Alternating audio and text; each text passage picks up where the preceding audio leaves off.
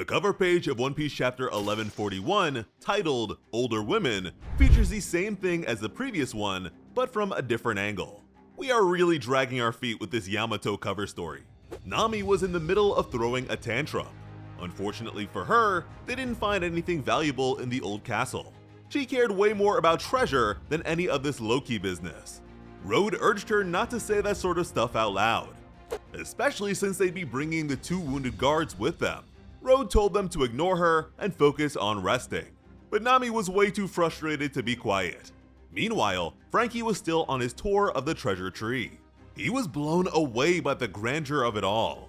Ripley explained that they live on the massive branches of the colossal Atom Tree, and each village has a long and rich history unto itself.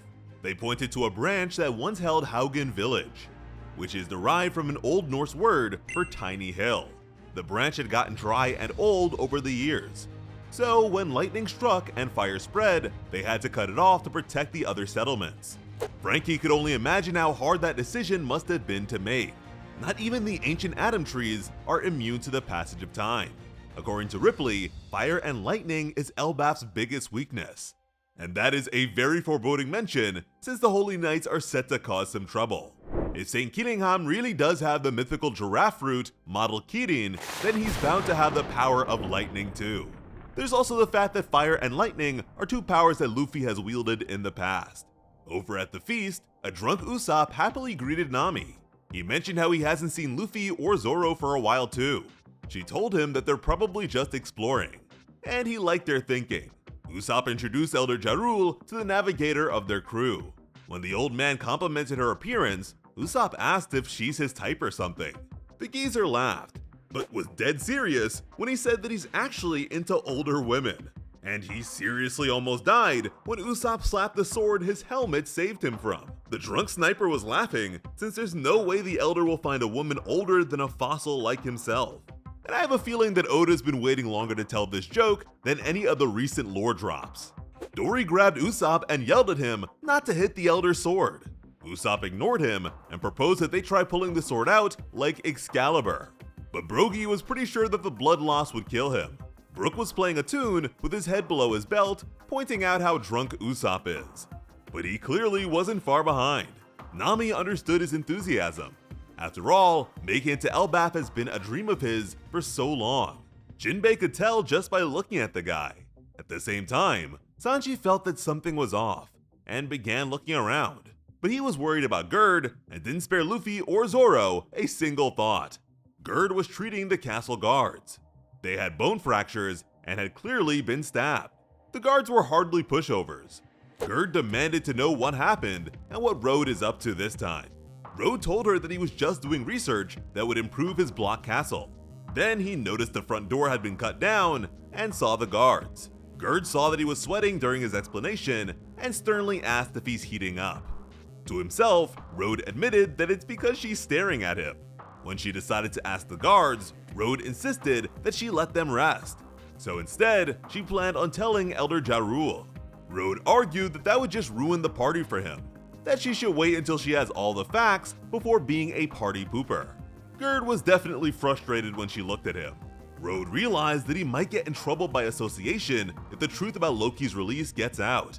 He just hopes that Loki runs away instead of causing any trouble on Elbaf. But the mention of someone who looks like Shanks was concerning enough for him to miss Gerd raising her weapon from behind. She clobbered the giant and demanded that he tell her the truth already. Over in the realm of the dead, the scene wasn't what Zoro pictured at all. Loki and the giant animals had been brutalized. Luffy called out to the unconscious giant, wondering what happened. Zoro noted that Loki is really big, even for a giant. Luffy shouted at the big guy to say something. At the very least, they could see that he was still breathing. When Luffy went to free him, Zoro told him to hold off. But Luffy hardly expects the big guy to go on a rampage in his current condition. So he told Zoro to hurry up and help him out, and he would definitely need help since the chains are made of sea stone. And that sure is a lot of sea stone. You could easily outfit a whole army with that much, so hopefully the chains don't go to waste once they're no longer in use. Zoro was still on the side of caution. He also wondered what could have possibly taken out so many big animals.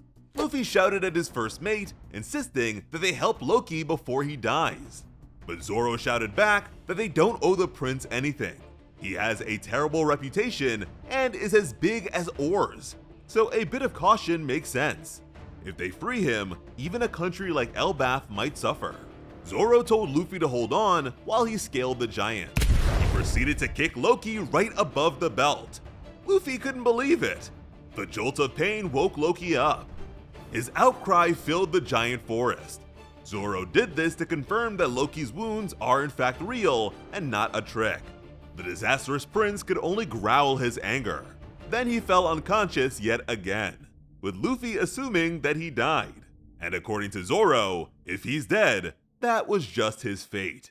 Finally, Zoro agreed to go with Luffy's plan, but he'll leave a bit of sea stone around one of Loki's legs. That way, they can have room for a discussion after he wakes up.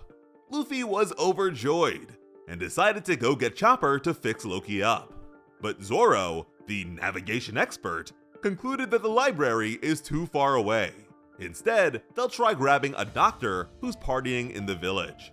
So not even when we actually need a doctor is Chopper given a moment to really shine. Zoro reminded his captain that if the giants find out that they freed Loki, they will be banished. Luffy was fine with that possibility since there's no way around it. He'd be the one to go fetch a doctor. Zoro added that they should probably stock up on meat too, since Luffy can't fight at his best without food. In fact, Zoro pointed out several tons of it nearby. Luffy was flabbergasted. He told Zoro not to joke about something like that. They're his buddies. He'd rather go hunting in the mountains later on. Zoro didn't see the difference. But Luffy was furious and told him that his friends are off the menu. To that, Zoro could only apologize. But just before Luffy could head off in search of a doctor, he noticed something above. There were voices overhead. And boy was it a sight to behold. The new giant warrior pirates and Sanji were plummeting down. Apparently, island clouds can't sustain themselves in the realm of the dead, so now they're in free fall. They were in such a rush that they didn't waste time getting a proper lift. The giants could only accept their fate. Harudin apologized to his crew for making the wrong call. Goldberg didn't blame his beloved captain since it was done for the sake of Elbaf's safety. Road just cried as they fell, but Luffy became big enough to cushion their fall. This might be the biggest Gum Gum balloon yet. Harudin looked at Luffy like his guardian angel, always there to bail him out. The Yonko smiled back at him, just before the ship was launched back up. But notice how Oda wasn't about to harm Gerd, so he had her fall at a safer angle. The others looked pretty rough, but still expressed their gratitude. Without Luffy's help, they would have been in Valhalla by now. But Harudin was just happy they made it in time. He begged Luffy not to release his brother. Gerd forced Road to tell them, so the snitch apologized. Harudin made it clear that Loki isn't to be trusted. He sees absolutely no redeeming qualities or good in his brother. That even when they were kids, Loki was the sort of person to lie and betray others without hesitation. Luffy had to look away while the giants said all this. Zoro was the one to break the news. They are already too late. As chains began to move, Harudin was stunned by what he saw. Loki stood up in all his glory. This man looks like the colossal titan in a blizzard. The giants who knew him since childhood immediately cowered. Luffy didn't expect this at all. He was so sure that Loki was unconscious. Loki immediately grabbed his weapon. His brother shouted at him to stop. He insisted that the traitor put Ragnir down. But Loki's smile couldn't be any bigger right now. Apparently, the kanji for Ragnir means Iron Thunder. Now we've seen the massive hammer behind Loki, so it seems like this might just be the One Piece version of Thor's hammer Mjolnir. And Loki might just be the first person we've ever seen with a devil fruit and a devil fruit weapon.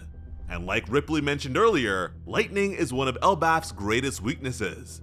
So an electrically charged rampage from Loki could actually doom them. And if the weapon has a devil fruit, it should also have a personality, since only Zoan types can be eaten by objects, one that refused to be wielded by the unworthy. That would certainly explain why they decided to chain it up with Loki.